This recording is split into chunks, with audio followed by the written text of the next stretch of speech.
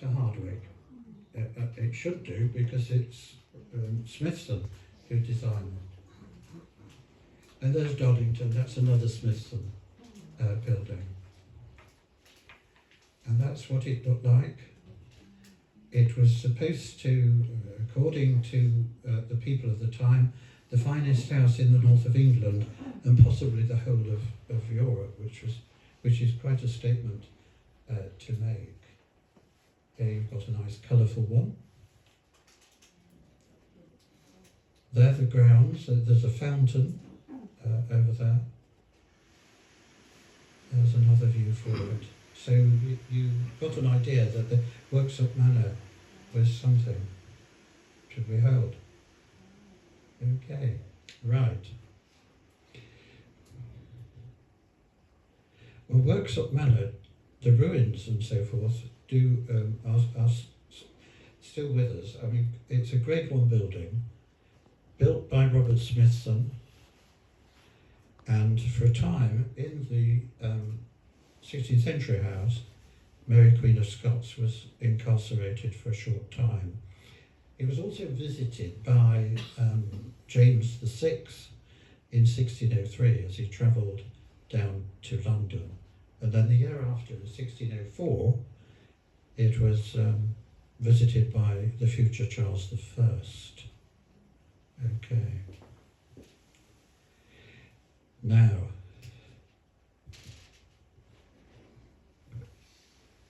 Edward Howard, 9th Duke of Norfolk, began the rebuilding of Worksop on a palatial scale to rival Blenheim. It had succumbed to fire, and he decided that he would rebuild on a massive scale. Indeed, almost palatial scale. And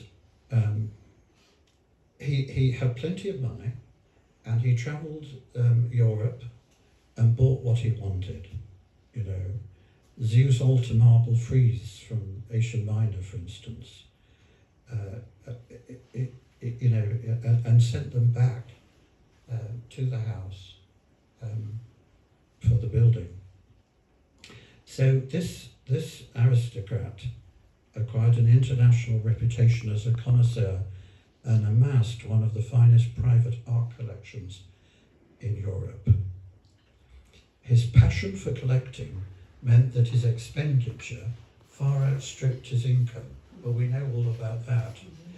And by 1640, his debts amounted to £103,234, which in today's terms is 13 million, which tells you something, doesn't it? And he contracted James Payn to rebuild Worksop Manor. Let's go back. There's his wife, who was known as My Lord Duchess, so you know who wore the trousers. And this is the plan for his build under James Payn. It was to be of a classical design, a huge facade, not as bad as Wentworth's house, and it would be, if it had been built, it would have been the largest house ever built in England.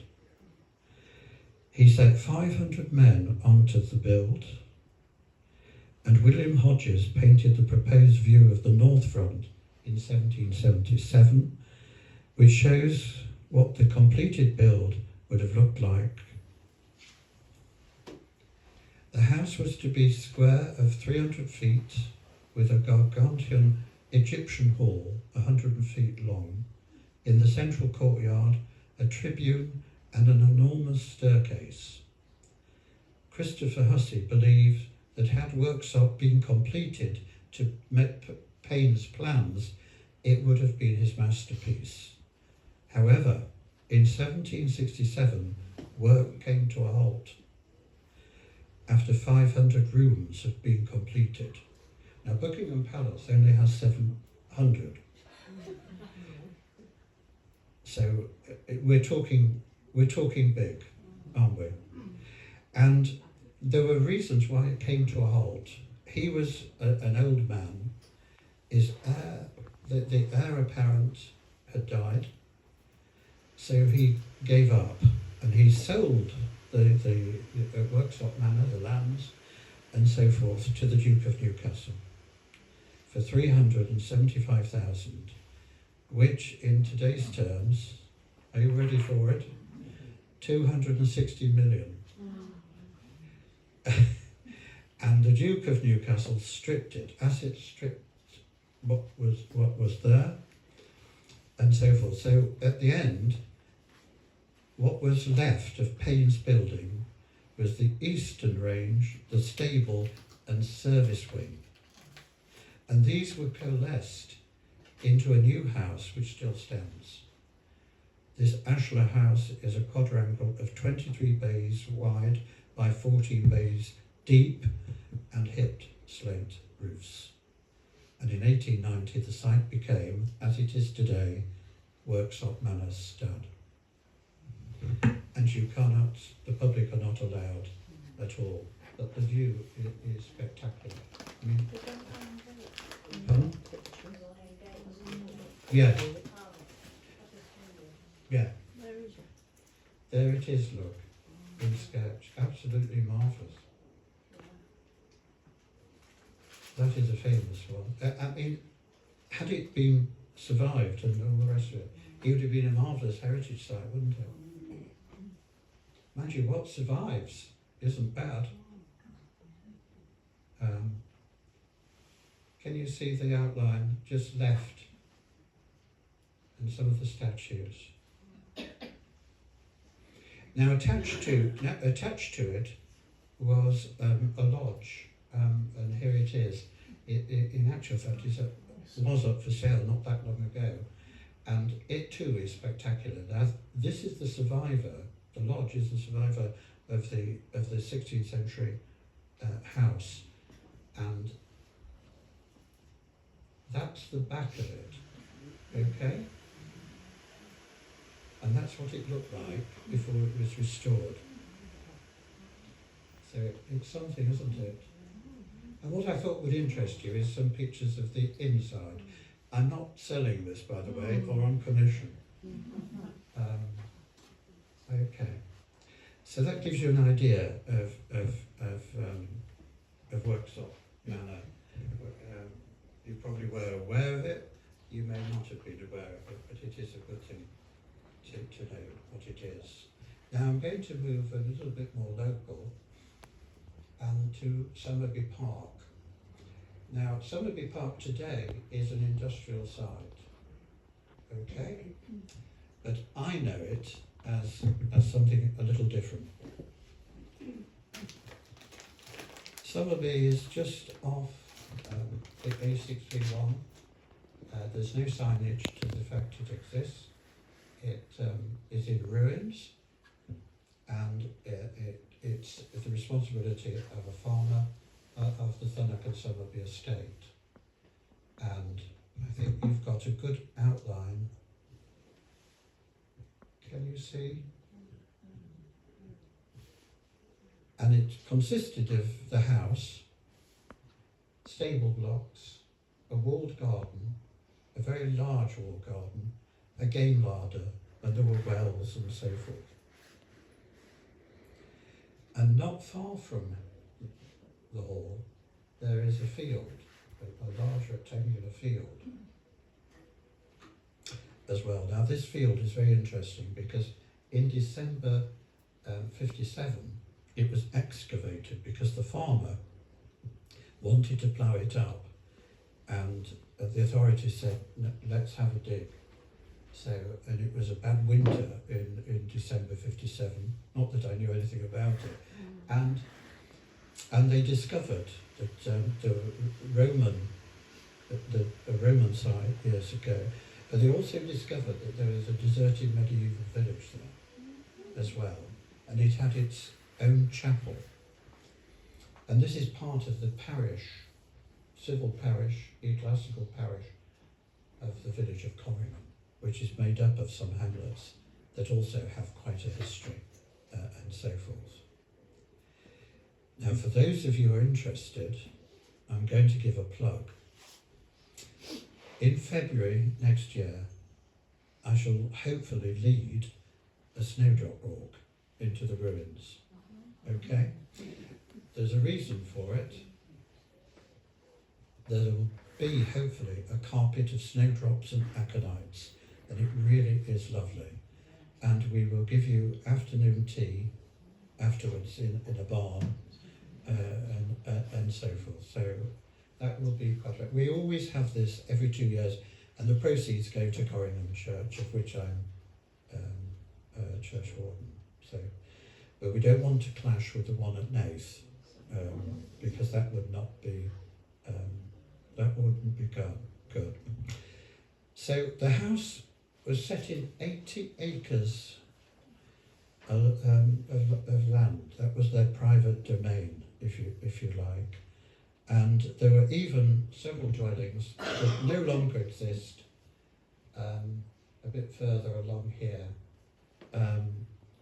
of dwellings for the maids and those sort of people who looked after the domestic scene and so forth. As you enter, to go up the drive, there's an outer lodge which still exists, and then you go up about half a mile and you come to the gardener's lodge, and then there's a nice little walk to the grounds of the hall. So those and I only discovered last year that in World War I, the ruins and so forth were used as a camp for prisoners of war.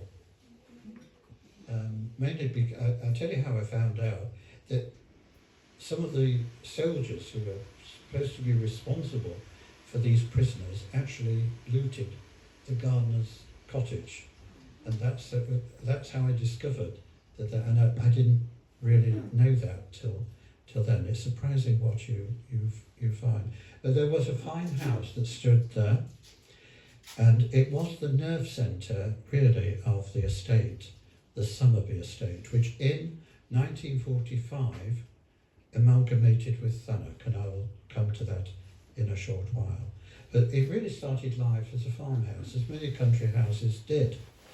And the Topcliffes were there, the Topcliffes. And they went into sheep grazing. So they outed the people from this, so hence we've got a medieval deserted village for sheep, because that was the bedrock of the British economy at that time. And if you go to the House of Lords, the woolsack and so forth is wool, to remind those lords and so forth that wool is important for the economy of the day. Now the Topcliffes married into the Borough family. Lord Borough had a daughter called Margaret, and she married one of the Topcliffes. But there was a Richard Topcliffe who was very interesting indeed from one angle. He was a scourge against Roman Catholics. He hated these papists and so forth, and he hunted them down and tortured them and all the rest of it. And when he put them on the rack, he actually turned the wheel as well. People were absolutely scandalised by him. And one of the victims was a priest called Robert Southwell, a Catholic priest, of course, but in 1970, Paul VI declared him a saint amongst 40 others. And but Richard Topcliffe comes to mind because he died in 1604, just before the gunpowder plot and all that. And he's buried actually in the Lady Chapel at Corringham Church, where he wished to be buried, which is quite interesting. So I was with a group the other day, and I said, you know, he's somewhere in here, and he made a saint, if you see what I mean, in that sense. In the 18th century, John Becket, who was a lawyer, a judge advocate in actual fact to the king, purchased the site of what we call Somerby. The Becketts were the new rich. They were actually from Barnsley as grocers, but wealth accumulated, and of course they rose up the ladder, and they became bankers in Yorkshire, the Beckett Bank. Now there's a Beckett Bank in Doncaster, which is now a pub or one of these eating places or whatever. So if you're in Doncaster, do seek it out. So they became Lord of the Manor of Leeds as well. And their home was Meanwood Park. And if you're in Doncaster, you'll see the buses or whatever go to Meanwood Park. The house still stands, and the grounds are for public use and so forth. So Sir John had brothers. One of them was a cricketer, a very good cricketer, and he died in the Peninsular War under Wellington. And then there was George, who took to the cloth and became the vicar of Gainsborough and Epworth, whilst Thomas married his first cousin. Now that is rather scandalous. It's not really the done thing to marry your first cousin. I better be careful because my first cousin's here. And so I reckon, I can't prove this, but I think it caused a bit of a flutter in the family, marrying his first cousin Caroline, and I think they thought, well, settle him at Somerby. And all the brothers received the baronetcy. So Sir Thomas, he became Sir Thomas Becket, settled there, and he had two children, Mary, who was the eldest, and she did not marry, had no children. I think she was an independent woman who liked her independence and so forth. She had the money. You would have thought that, you know, the men would have been after her. But the other daughter was, of course, Elizabeth, and Elizabeth married Sir Henry Hickman Bacon of Thurlock Hall, of the estate. And they had children, of course, lots of boys and a few girls, granted. And they had a son called Sir Henry Hickman Becket Bacon. The last three are surnames. And of course, on the death of his aunt in 1915, on the 21st of February, he inherited the lot, more or less, and so forth.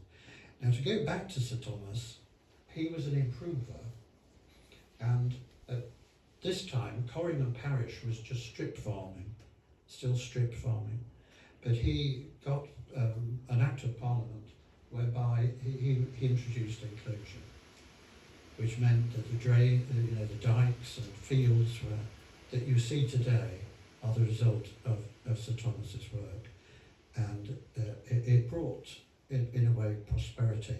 The farmsteads that you see around are still there.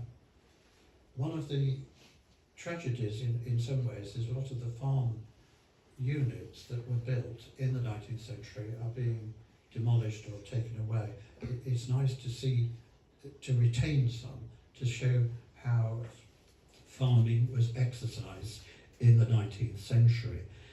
Those farmsteads, and I'm thinking of a few, I mean there's one at Somerby, there's the Caswell Stapplegate, for instance. They were built for £2,000, which was a lot of money. In today's terms, you're well on the way to £250,000 in the value of those, but incredible. But he was a good landlord. He had brick houses built for his servants and so forth. So Sir Thomas did pretty well indeed. Now, when Sir Thomas died, age 94, I think, his daughter Mary succeeded, really, And the baronetcy went to his other brother, his younger brother, Edmund. So we've got Sir Edmund Becket. Now he gets interesting because he was instrumental in bringing railways through Lincolnshire up to Yorkshire, and making Doncaster a kind of railway hub in the 19th century. So we understand something about Doncaster. Of course, Doncaster was built on railways on the whole.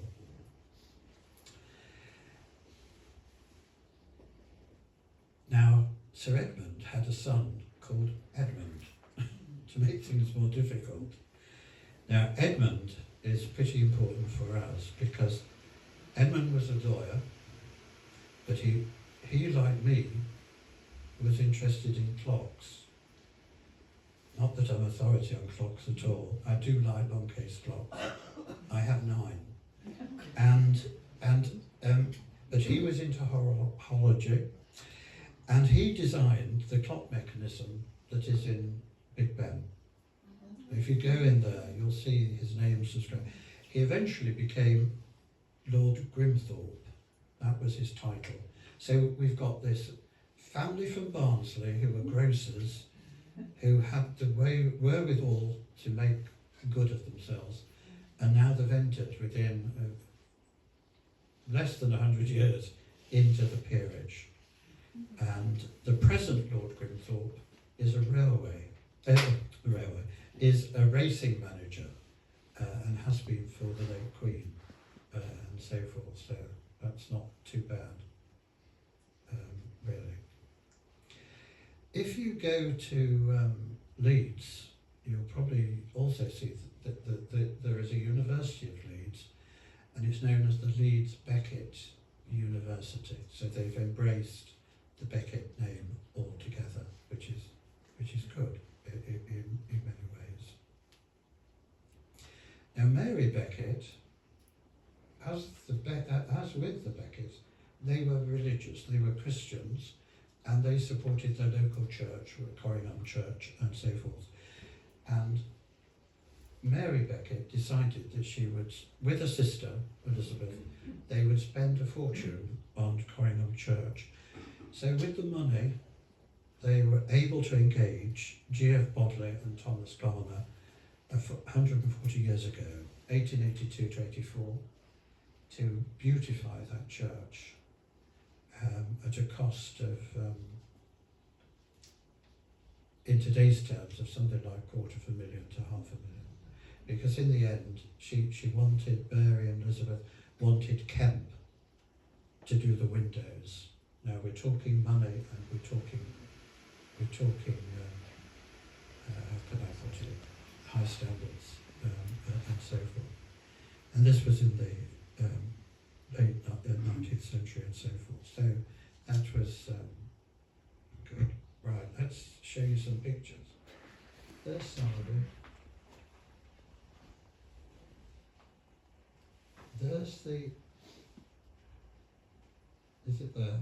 There's the A631, okay? And there the earthworks are, excavation. Yeah. Hall Farm is quite old, going back possibly to medieval times. There's the baronetcy of Leeds. Now the interesting thing is the Beckets were really an interesting lot. The first, let me go back. The baronetcy that Sir Thomas Becket inherited was this one, and then another branch also got a baronetcy in their own right, as well. And then you've got the peerage with Lord. Those of you who know King's College Chapel, they received a gift of the Rubens of the Magi, and that meant to, engaging an architect to reorder King's College Chapel. And it was a Becket of this family who reordered it. It was controversial at the time. I think it's settled down now. And he too got a baronetcy as well. So it can be covered. This is one of the two pictures that we have of Somerby. Can you see the nice entrance? I don't know what this part was. I always think it may have been the estate office, but there is a suggestion it may have been the dining room and so forth. This is a better one that Mary Beckett herself would have known. And that is a painter who I know. I asked her to do Somerby Hall, and this is only a draft of what she has done. Can you see the Dutch gable, the Dutch work there as well? And this is the front door, and outside the front door there's a massive stone slab, and so thick, incredible.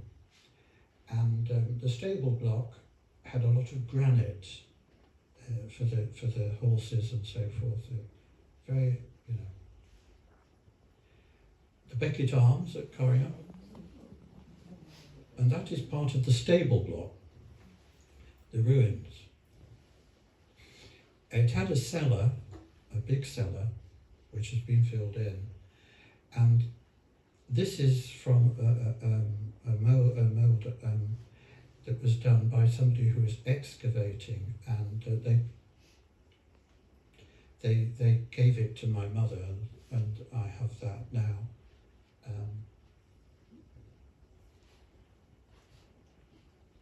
And here's Sir John Beckett. And that's Sir Thomas. Now he looks a bit of a rough diamond there, doesn't he? And that's a memorial to him in Corringham Church. And because he'd done all this business of enclosure and so forth, and improvement and so forth, they gave him a claret jug with two other cups.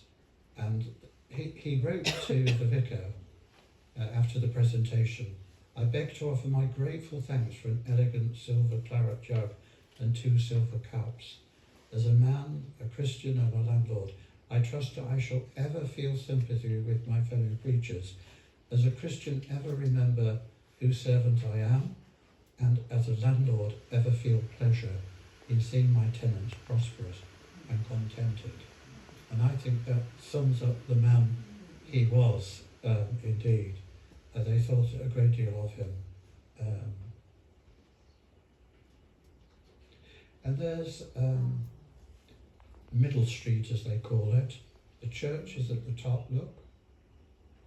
And he built the school, which is here, and the schoolhouse for the kids. A great improver. Oops. And there's an old picture of the school, with the school pond, which still exists, but there's housing all on here today. And here we've got Elizabeth, Lady Bacon, which is in the Bacon collection. In fact, I think this is hanging in the hall here for you to see. And this is Mary Beckett. A lot of people thought she was Queen Victoria until it was decided. Until I said no, it isn't. It's Mary, and she's buried in a simple grave, and so forth. Now this is an interesting story. Sir Robert Peel, who's at the top here, Sir John Beckett recommended a particular horse to Sir Robert Peel. And this particular horse, unfortunately, threw, as it were, Sir Robert Peel, and that was the end of Robert Peel. They were best of friends, but it just these accidents sort of happened, don't they? And here is Sir Edmund Bacon, who designed the mechanism of Big Ben. I'll call it like that. He was not a nice person, by the way. he had an awful temper, and he knew best. You couldn't talk to him, and so forth.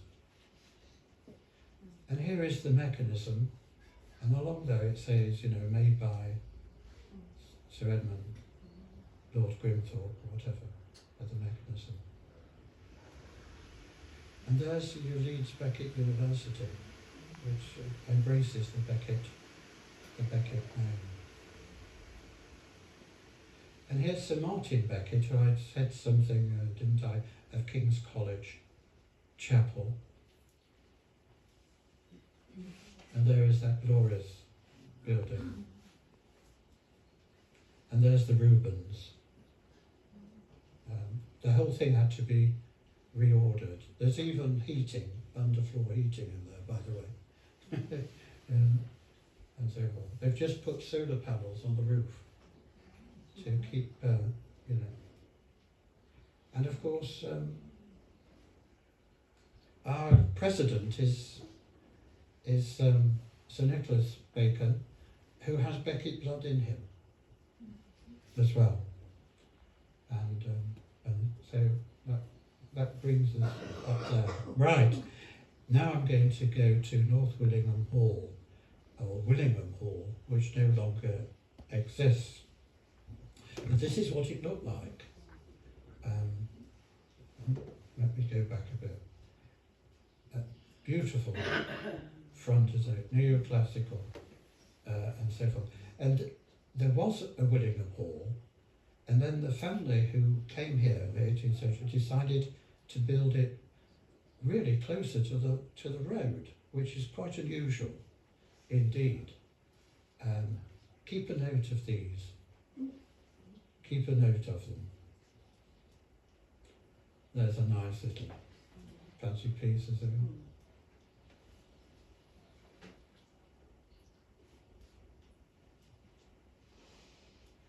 Oops. The lake is still there. The house, of course, has gone. And it has, it was always known for its staircase. A lot of people who would, you know, recall this beautiful staircase, and I'll talk about that in a moment. That's a nice one. Very pastoral, isn't it? Mm-hmm. That's another one. That's not long before it came down. Right. Let me just talk about Willingham for you. As you know, Willingham Wood is a nice leisure resort, isn't it, for walks and rides and so forth. So that is a good thing. But the actual house that I've been showing you was actually built in 1790 at the end of the 18th century. And it has every hallmark of being, the architect being Robert Mitchell, who designed some very beautiful houses indeed, like Silwood Park and Preston Hall in Midlothian. Now, Preston Hall, Midlothian is interesting because that staircase that we saw is very similar to the one in that particular house that we know Mitchell had done. And the family who came here and built this house did not lack money. They were not poor, indeed. So we've got a neoclassical house, and the plasterwork inside, which we have no photographs of as such, is of top quality, London quality. And same with the iron staircase and so forth. So they did not scrimp with their chimney pieces and so forth. This is an exceptional house that really should have been saved. Now, the family who built this country house were descended from Huguenots, who had, of course, escaped from France. And the owner, the builder here, was Askew Boucheret, who was a landowner and a businessman and could see the potential for Grimsby with the docks. And so therefore he was the chairman of Grimsby Haven Company that initiated the expansion of Grimsby indeed. And he married a woman called Amelia, who was from London and well connected in London, not only with business, but also with culture. So it's possible that this rubbed off with the builder of this design. Now, this is where a house really becomes interesting, because it's not only a place where a family live, but they also decorate it as well. And in this house hung several portraits of the family, and the portrait artist was a very young man really beginning his career, and that was Thomas Lawrence, who was superb. He was self-taught, he was a brilliant draftsman, and he was known for his gifts of capturing a likeness as well as his virtues, so of handling of paint. He was exceptional. And in 1810 he acquired the patronage of the Prince Regent, for instance, and he worked on Waterloo Chamber at Windsor Castle, in the Waterloo Chamber of all places, and he was really good. So let's have a look. He had 4 children, 3 daughters and a son.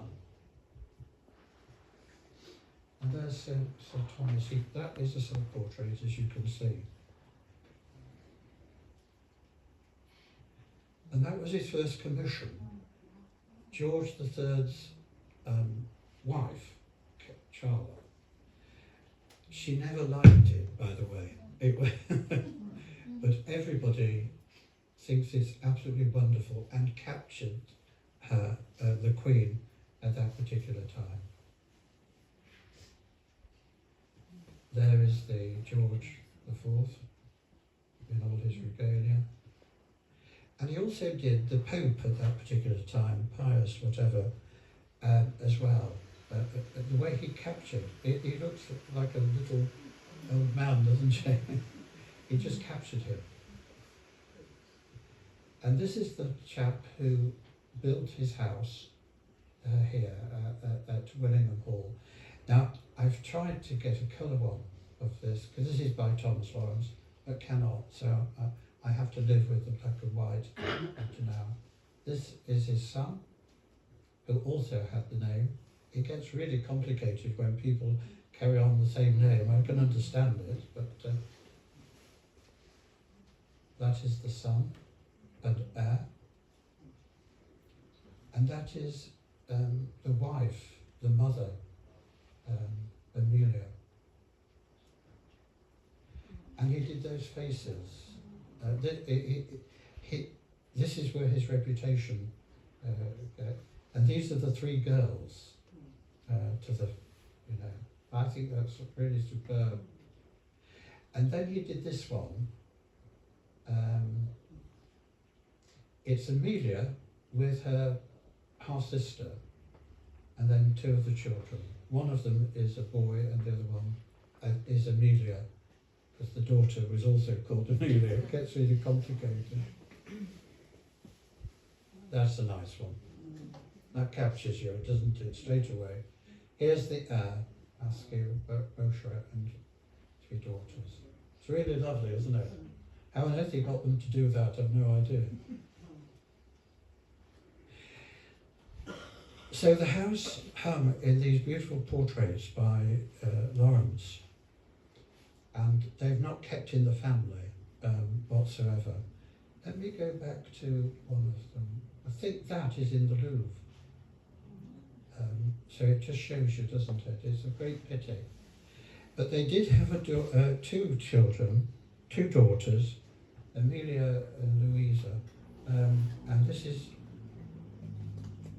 one of them, daughters, who in the end inherited the house and the estate, and she put her money and her skills to good service.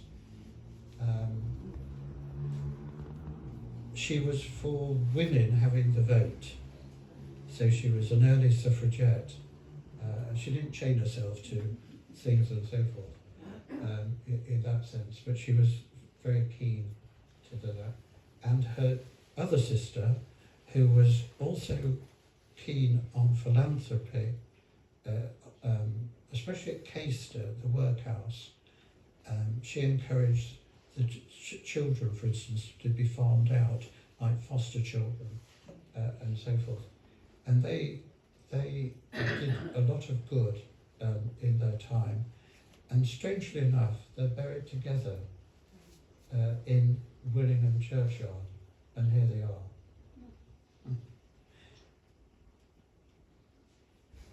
Okay. And then we've got Harpswell for you. Now Harpswell is a small village with a huge church, but it was the home of the Howitt-Cowan family, and a great deal of work has been done already on it. As you can see, a post-medieval house and gardens overlying the medieval settlement south of the hall. There isn't much to see in it, you know, but here it is. There's a view. Can you see the field?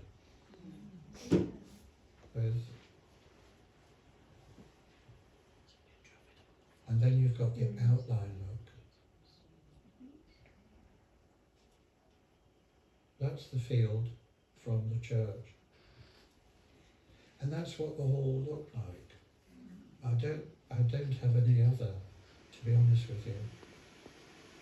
And the Whitcoats are commemorated in the church. It has a marvellous tower, St. Chad's, Harpswell, which is due to close very soon. There's the tower. Now, the Whitcoats were for George I, and when the Pretender had been defeated at Culloden and so forth, they put a clock on the tower to commemorate the victory. You know, that the Hanoverian succession was going to continue and so forth. Whitcote also was one who respected rights of way. And when Fillingham Castle, where the Race family now live, was built, all the rights of way were locked up. So once a year, Whitcote would get in his carriage with his servants and get them to make a way, take away the wall, and then with his carriage go through the right of way. And he used to do this every year till he died, and so forth. So he was quite a character. And here's the village school and the head teacher's house, which is now private. But this is the village hall for Hemsel and Harpswell. And of course, they keep the tradition from the 17th century with the maypole and so forth. The school and everything were built by the Whitcoats, as did the Becketts, and so forth. And here's an interesting book that you can read. It gives an interesting picture, it says, of the household life, and also because of the information which they contain about politics and other county affairs. So, you know. And here is a study, quite unusual really, of the marriage of Miss Whitcote of Harpswell with the Dean of York. The characters are there. And here's the Dean of York with his third wife. The first one we've just seen in the picture, by the way.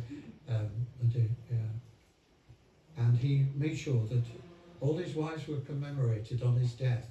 So that's quite nice, isn't it?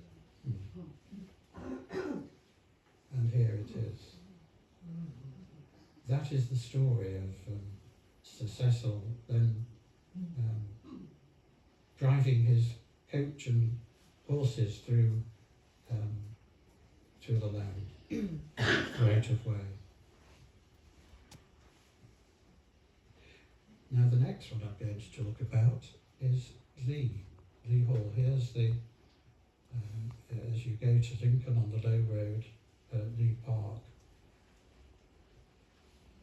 That's not a very good one, but it's in that area. That's what it looked like. This section was built by Pearson, the architect. Here's another one. It probably hasn't come out as well, but that shows you the house, as you can see there.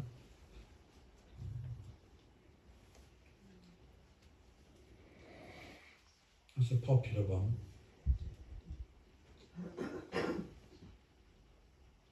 And of course it was in grounds and walks and woods and all the rest of it. It had lovely gardens, look.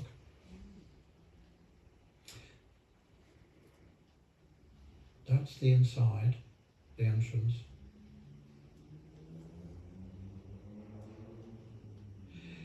And we end up with Sir Charles Anderson of Lee, who I think is fascinating.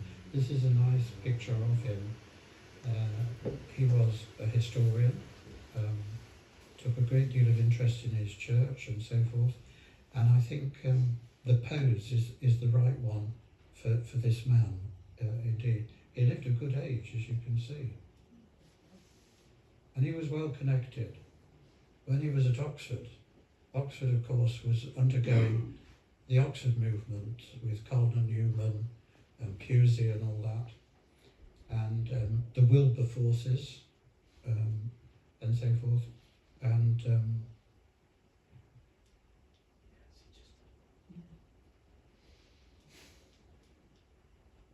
so let me just get back to him. That's it. This is Pearson, who was the famous architect. Now he restored St Helens, and I think that he did well there. Stowe Minster and Coates by Stowe. He had a gentle hand. So, that's a quote.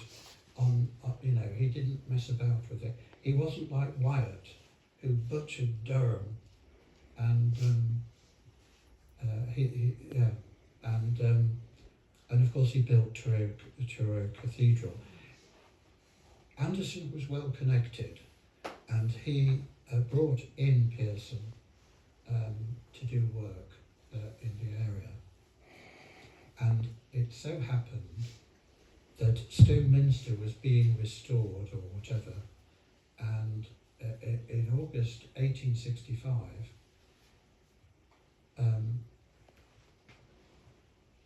the Becket fresco that's inside that minster, which is here, showing Becket. This is an unusual one of Becket.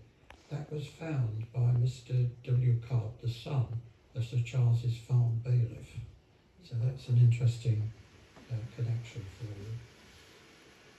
This is the vicar, George Atkinson, who after 70 years of not having a vicar, he became the vicar, and he was keen to restore it. He thought Stowe Minster was the early cathedral.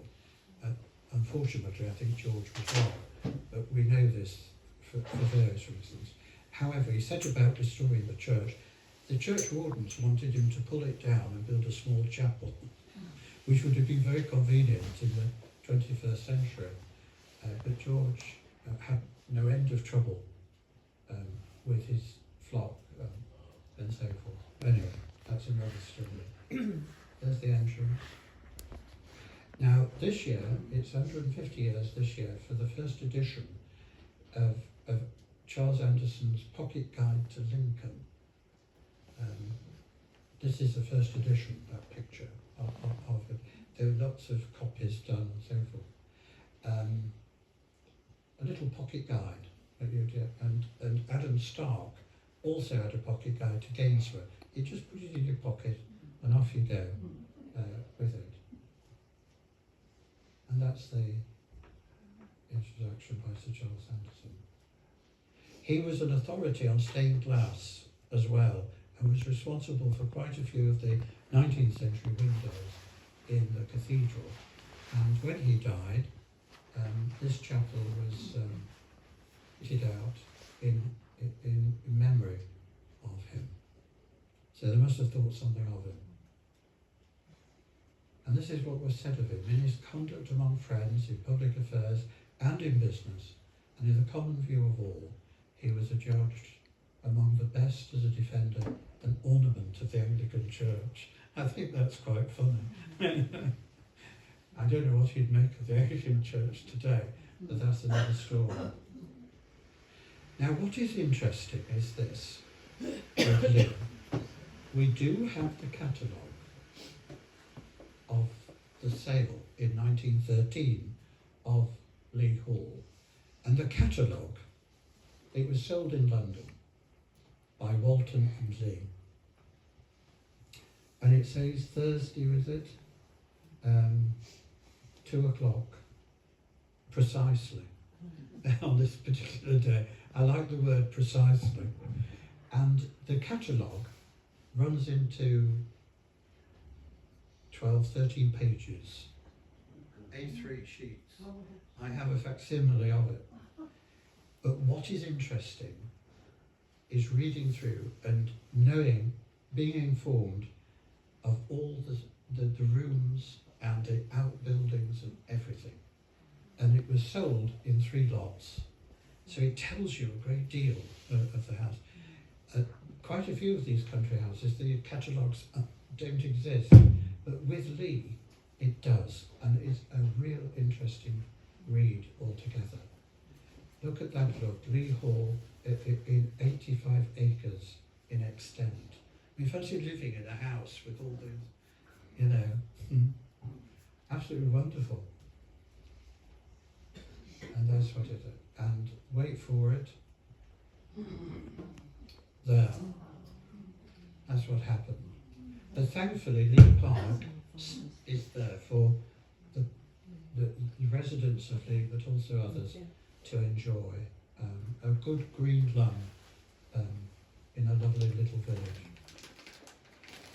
And that, I think, is really what survived of it. But to save it, you'd need a lot of money and a use. And I end with the words of Ruskin. I must not leave the truth unstated, that it is no question of expediency or feeling whether we shall preserve the building of past times or not.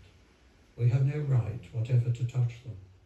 They are not ours. They belong partly to those that built them and partly to all generations of mankind who are to follow them. Well, it's easier said than done, but we're talking money. What do you do with these buildings and so forth? And all you have to do is prioritise, as they say.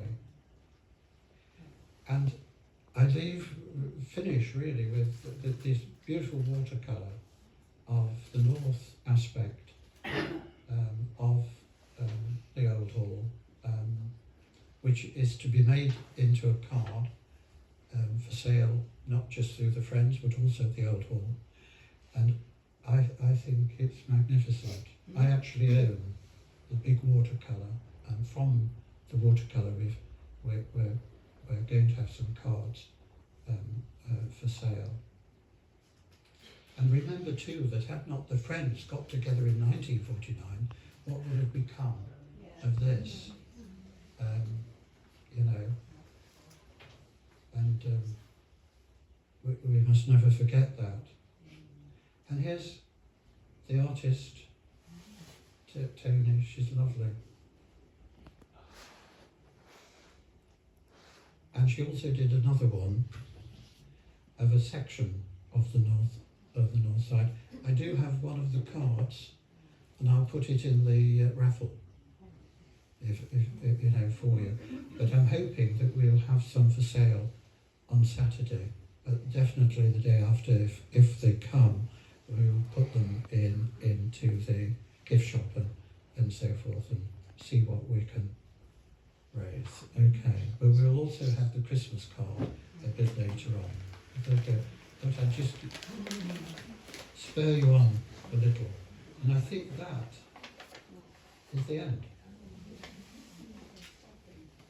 There we are. Thank you very much.